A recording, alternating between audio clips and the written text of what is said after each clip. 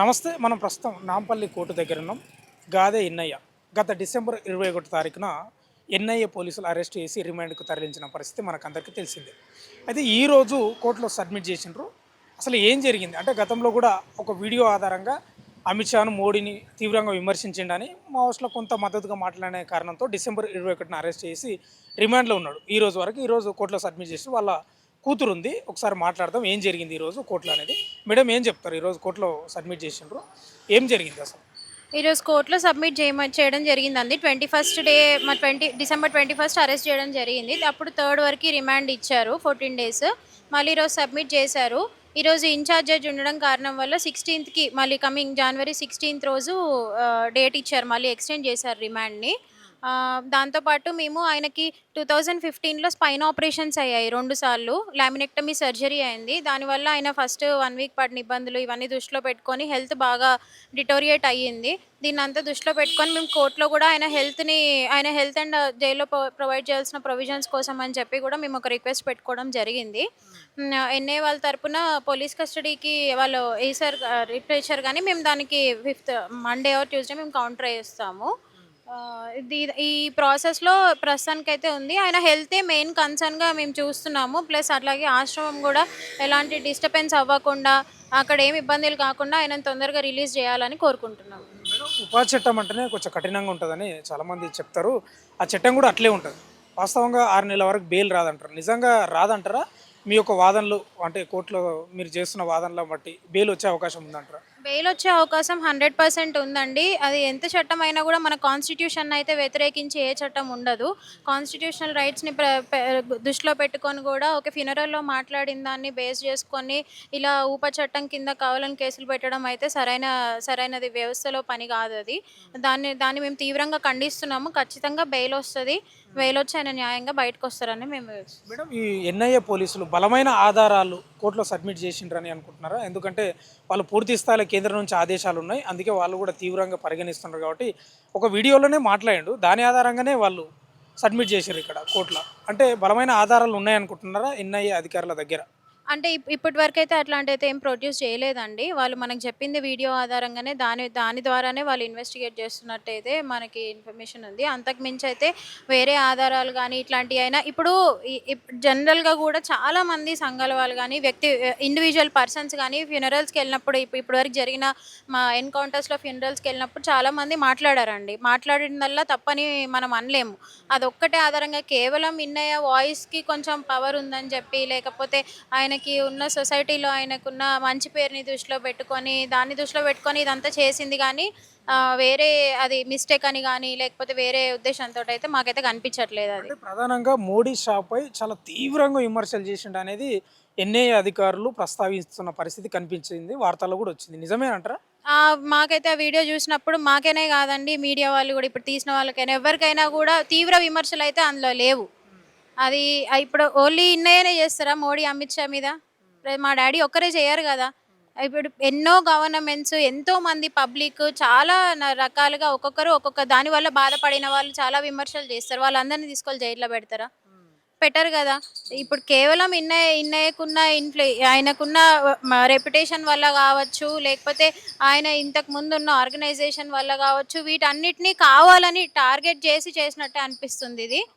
Madam, ఇంకోటి కేంద్రం చెప్తున్నది ఏంటంటే ఎన్నేళ్ళు బస్తర్ ప్రాంతంలో ఉన్న ప్రజలు అనాగరికంగా ఇంకా బతకాలి, వాళ్ళని మంచిగా చేద్దామంటే వీళ్ళు అసలు మావోయిస్టులు గన్నులు పట్టుకొని మమ్మల్ని అటు సైడ్ పోనీయకుండా అభివృద్ధి చేయకుండా అడ్డుకుంటున్నారు. వాళ్ళను మేము లొంగిపోమంటున్నాం, లేకపోతే ఎన్కౌంటర్లు చేస్తున్నాం. ఎందుకు మద్దతు పలుకుతున్నారు అనేది కూడా కొన్ని వాదనలు వస్తున్నాయి. నిజంగా మద్దతు పలుకుతున్నారా? ఇప్పుడు ఒక మనిషిని చంపాలని ఏ మనిషి కోరుకోడు. ఒక మనిషిని నువ్వు చంపేసి ఇంకొక మనిషిని ఏ మనిషి చెప్తాడు? ఎవరు చెప్పారు కదా. అంటే చంపద్దు అంటే మద్దతు ప్రకటించినట్టు కాదు, చంపమని చెప్తే దానికి సపోర్ట్ చేసినట్టు కాదు. మీ పబ్లిక్ ఇప్పుడు గవర్నమెంట్ ఒక ఎజెండా తీసుకుంది, సెంట్రల్ గవర్నమెంట్. దానికి ప్రతి ఒక్క ఎజెండాకి ఒక కౌంటర్ అటాక్ ఉంటుంది. అంతేగాని చేసిందల్లా తప్పని ఎవరు చెప్పారు కదా. ఇప్పుడు సెంట్రల్ గవర్నమెంట్ ఏం చేసినా కరెక్ట్ అయిపోతుందా? కాదు కదా. సెంట్రల్ గవర్నమెంట్ చేసిన ప్రతి పని కరెక్టే, మేము తీసుకొచ్చిన ప్రతి పాలసీ కరెక్టే, ప్రతిదీ జనాల మంచి కోసమే అంటే కాదు. ఇప్పుడు మనం చూస్తున్నాం, ఆరవల్లిది చూస్తున్నాము, ఇప్పుడు మైనింగ్ది చూస్తున్నాము. ఇవన్నీ కూడా ఎంతమందికి నష్టం చేస్తున్నాయి? ఆ పాయింట్స్ని తీసుకొచ్చిన వాళ్ళందరూ నక్సలైట్లని లేకపోతే మావోయిస్టులని లేకపోతే వీళ్ళందరికి సపోర్ట్ చేసేటోళ్ళని అట్లా అని చెప్పి అంటే మీరు నింపుకుంటూ పోతే జైలు సరిపోతాయా? ఈ ఈ ఈ రకమైన ఏదైతే వ్యవస్థ వాళ్ళు నడిపిస్తున్నారో, ఈ రకమైన ప్యాటర్న్ ఏదైతే వాళ్ళ అరెస్ట్‌లకు గానీ, దీనికి దానికి చూపిస్తున్నామో దాన్నైతే మేము తీవ్రంగా ఖండిస్తున్నాం. ఇది కరెక్ట్ కాదు. గొంతు లేపి మాట్లాడే వాళ్ళకి, ప్రశ్నించే వాళ్ళందరినీ తీసుకెళ్ళి జైల్లో పెడతా అంటే ఇప్పుడు బయట ఉండేటోళ్ళు అందరూ మీకే వినరు గదా! ఒకరి తర్వాత ఒకరు పుడుతూనే ఉంటారు గదా! ప్రశ్నించడం తప్పు కాదు కానీ మావోస్ట్లో కొంత మద్దతుగా మాట్లాడుతున్నాడు అనే వాదనలు వచ్చినాయి అనేది వాళ్ళు చెప్తున్నారు. ఆ వీడియోలో ఏదైతే వాళ్ళు ఫైల్ చేసిన ఎఫ్ఐఆర్‌లో ఫైల్ చేసినా గానీ, మన తెలుగు వెలుగులో వచ్చిన వీడియోలో ఏదైతే ఉందో దేంట్లో కూడా సపోర్టివ్‌గా లేదు. ఇప్పుడు ఒక మనిషి మన ముందు చచ్చిపోయి పడున్నాడండి. తీవ్రంగా చచ్చిపోయి పడున్నాడు. ఆయనను చూస్తే బాధ రాదా? వ్యతిరేకతతోటి మాట్లాడరా? బాధతోటి ఎవరైనా అపోజ్ చేస్తారు గదా! ఇదే బాధ జవాన్లు చనిపోయినప్పుడు కూడా ఎందుకు వ్యక్తం చేయాలనే ప్రశ్నలు కూడా వస్తున్నాయి. ఎందుకు చేయరండి? అప్పుడు ఏ టీవీ ఛానల్ వాళ్ళు వచ్చి అడిగినా కూడా ప్రతి ఒక్కరు బాధ చూపించినారు కదా. ఇప్పుడు మన పహల్గామ్ అటాక్ అయింది. జవాన్లే కాదు పబ్లిక్ చనిపోయినప్పుడు ఎన్ని ర్యాలీస్ చేయలేదు, ఎన్ని చేయలేదు. అప్పుడు గవర్నమెంట్ సీరియస్గా తీసుకొని దాన్ని ఆపరేషన్ సింధూర్ చేయలేదా? దానికి సపోర్ట్ చేయలేదా? ఆపరేషన్ సింధూర్కి ఆల్ ఇండియా మొత్తం కంట్రీ మొత్తం సపోర్ట్ చేసింది కదా, వరల్డ్ మొత్తం సపోర్ట్ చేసింది కదా. మరి అలా అంటే ఇప్పుడు జవాన్లు చనిపోయినప్పుడు ఎంతో ర్యాలీస్ చేస్తారు, చాలా సపోర్ట్ చేస్తారు. అదంతా చేస్తుంటేనే కదా ఇప్పుడు కేంద్రం ఏదైతే మన మిలిటరీ వాళ్ళకి కానీ వాళ్ళందరికీ ఇప్పుడు ప్రొవిజన్స్ ఎందుకు ఇంప్రూవ్ చేసింది? వాళ్ళ సపోర్ట్ దేశానికి అవసరమనే కదా. దాన్ని డినై చేసే పబ్లిక్ని ఒక్కరిని చూపియండి. జవాన్లకు చేసే సపోర్ట్ని డినై చేసే వాళ్ళు ఎవ్వరు ఉండరు కంట్రీలో. అలా అని చెప్పి ఎవరిని చంపేసినా కూడా దాన్ని ఎవరు మాట్లాడొద్దు, ఎవరిని సపోర్ట్ చేయొద్దు.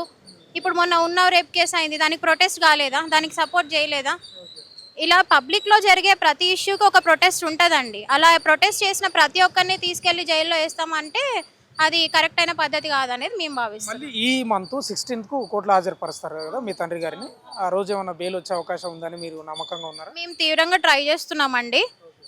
మనం పిటిషన్ ఫైల్ చేశాక మేమైతే ఆయన ఓన్లీ మావోయిస్టు లేకపోతే మాజీ నక్సలైటే కాదు. అది ఎప్పుడో 1985కి ముందు ఎపిసోడ్ అది. కానీ 1985 నుంచి 2025 వరకు ఇన్ని ఇయర్స్గా ఆయన తెలంగాణ కోసం పనిచేసినారు, అనాథ పిల్లల కోసం పనిచేసినారు, నిరుద్యోగుల కోసం పనిచేసినారు. నీళ్లు నిధులు నియామకాలు అనే కాన్సెప్ట్ తీసుకొచ్చిందే నాన్న. అదే దగాపడ్డ తెలంగాణ బుక్ డేటాతోటే తెలంగాణ సాధించుకున్నాం మనం. అదే ఇప్పుడు మన జలదృశ్యం వీడియోస్లో చూస్తే తెలుస్తుంది మీకు. జలదృశ్యంలో కానీ లేకపోతే జరిగిన కరీంనగర్ ఏ సభలో అయినా కూడా ఇంతవరకు తెలంగాణ రాష్ట్ర పార్టీ పెట్టిన ఇప్పుడు ప్రెసెంట్ బీఆర్ఎస్ జనరల్ సెక్రటరీగా ఉన్న ఏ ఒక్కరిని తెలంగాణ ఉద్యమంలో సీరియస్గా పాల్గొన్న ప్రతి ఒక్కరికి తెలుసు తెలంగాణ రావడానికి కీలక కారకుడు ఇన్నయ్య అని. ఈ తెలంగాణ రావడానికి ఇప్పుడు అనాథ పిల్లలకి ఆధార్ కార్డు కోసం మేము ఢిల్లీలో దాదాపు సంవత్సరంన్నర పోరాడినాం. అప్పటి వరకు కనీసం ఒక ఆర్ఫన్ అనే కాలంని కూడా ఎక్కడ ఇంక్లూడ్ చేయలేదు. అంటే పేరెంట్స్ వాళ్ళు లేని వాళ్ళకి ఎట్లాంటి హక్కులు లేవు, వాళ్ళకి ఏ ఐడెంటిటీ లేదా అని చెప్పి మేము ఢిల్లీలో డాడీ ఆధ్వర్యంలో అందరం పోరాడితే ఫోర్స్ ఫర్ ఆర్ఫన్ రైట్స్ అనే దాని మీద ఆ పోరాటంలో భాగంగానే ఆర్ఫన్ సర్టిఫికేట్స్ ఇచ్చింది ఫస్ట్ గవర్నమెంట్. ఇప్పుడు ఎట్లయితే మనకి జెండర్లో మేల్ ఫీమేల్ అండ్ అదర్స్ అనే కాలం ఉంటుందో ఆర్ఫన్స్కి అట్లా ఒక కాలం అనేది ప్రొవైడ్ చేసినారు. దాని తర్వాత ఆధార్ కార్డ్స్ కోసం ఇప్పుడు ఈరోజు ఆధార్ కార్డు లేనిది ఏదైనా నడుస్తుందా? మనకి ఏది జరగట్లేదు. అదే ఆధార్ కార్డు ఆర్ఫన్స్కి కూడా రావాలి, ఆర్ఫనేజ్లో ఉన్న పిల్లలకు కూడా ఆధార్ కార్డు రావాలనే దాని మీద పోరాడినాం. తెలంగాణ కోసం పోరాడినారు, ఆర్ఫన్ రైట్స్ కోసం నిరుద్యోగుల కోసం డిఎస్సి కోచింగ్లు ఇప్పించినాం. అనాథ పిల్లల కోసం ఇప్పుడు ఎవరైతే ఆర్ఫన్స్ సెమీ ఆర్ఫన్స్ పిల్లలు ఉంటారో ప్రతి ఒక్క 10th క్లాస్ స్టూడెంట్కి ఆల్మోస్ట్ ఆల్ ఓవర్ తెలంగాణలో మేము ఎగ్జామ్స్ ముందు బుక్స్ ప్రొవైడ్ చేసినాం దాతల సాయంతో. ఇవన్నీ ఆయన ఆధ్వర్యంలోనే జరిగినాయి.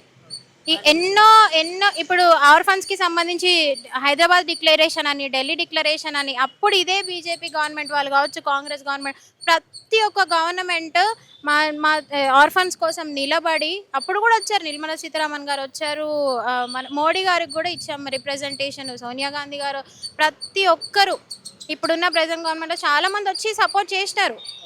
ఇప్పుడు ఆయన ఓన్లీ నక్సలైటో మాజీ నక్సలైటో అది ఎప్పుడో అసలు 1985కి ముందు దాదాపు 40 ఏళ్ల క్రితం దాన్ని మళ్ళీ ఇప్పుడు తీసుకొచ్చి ఇప్పుడు మీరేదో చేస్తున్నారు దానికి ఒకరు అగెన్స్ట్గా మాట్లాడుతున్నారు అని చెప్పి దాన్ని కావాలని ప్రమోట్ చేయించడము ఇట్లాంటివన్నీ చేయడం అయితే కరెక్ట్ అయిన పద్ధతి అంటే ఇన్నేళ్ళు చేసిందంతా 40 ఏళ్ళు చేసిన దానికి వృధా చేసేసి అదొక్క అంశాన్ని పట్టుకొని మాట్లాడడం అయితే మా అందరికీ బాధ కలిగిస్తుంది. దాన్ని మేము తీవ్రంగా ఖండిస్తున్నాం. ఓకే, మన దగ్గర గాదే ఇన్నయ్య వైఫ్ కూడా ఉన్నారు. మేడం ఏం చెప్తారు? అంటే పొడిగింపు మళ్ళీ పెంచిండ్రు 16th వరకు, ఏం చెప్తారు? పొడిగించిండ్రు బెయిల్స్ పిల్లలు చూస్తున్నారు, మా పిల్లలు అందరు లాయర్లే కాబట్టి అందరు చూస్తున్నారు.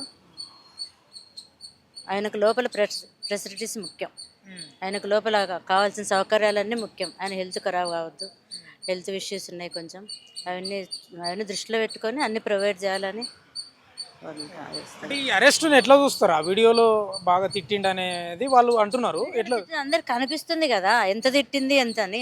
ఎంత ఆయన ఒక్కడే మాట్లాడిండా, ఇంకెవరు మాట్లాడలేదా? ఈ ప్రతి మీటింగ్కి వినాలి, ప్రతి వాళ్ళు మాట్లాడే మాట అదే. ఈయన ఒక్కరిని టార్గెట్ చేసిండంటే మరి ఇంకా ప్రశ్నించే గొంతే లేవద్దంటే కష్టం కదా. అంటే